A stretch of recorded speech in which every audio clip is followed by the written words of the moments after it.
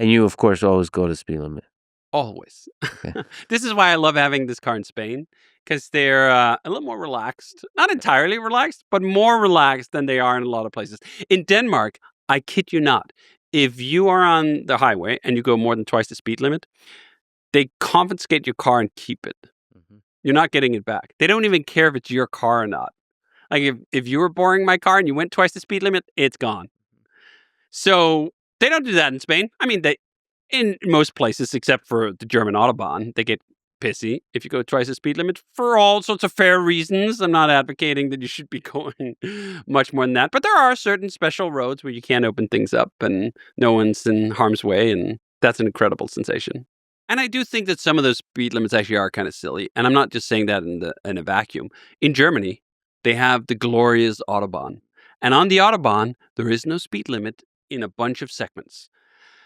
And they're so committed to their speed limitless Autobahn, which is, by the way, very weird of Germans. They usually love rules. They usually Yeah. very precise about it. And then they have this glorious thing called the Autobahn. There was a great case a couple of years ago where a guy took out a Bugatti Chiron, went 400 kilometers an hour on the Autobahn, and he filmed it and put it on YouTube, and a case was brought against him because even though they don't have a speed limit, they do have rules that you can't drive recklessly.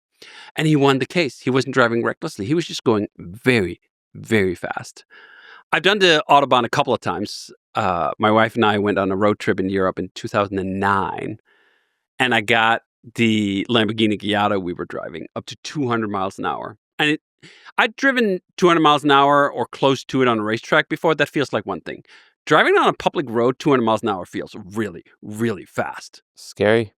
Actually, a little scary, yes. Because you constantly think, like, on a racetrack, you know the road, you know the surface. You can walk the track most of the time. You can know if there's a dip. On a public road, you can't know if there's suddenly a pothole. Presumably, there's not going to be a pothole on the German Autobahn, but it does feel a little scary. But also exhilarating. Speed is just intrinsically really fun. I don't know anyone I've taken out in a fast car.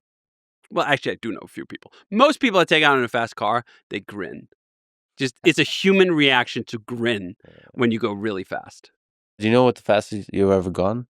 I was probably at Le Mans. I think when the LMP2s were at their maximum power and had 600 horsepower and really sticky tires, we were going 340 kilometers an hour, which is just over 200 miles an hour. A bit over 200 miles an hour. That does feel fast.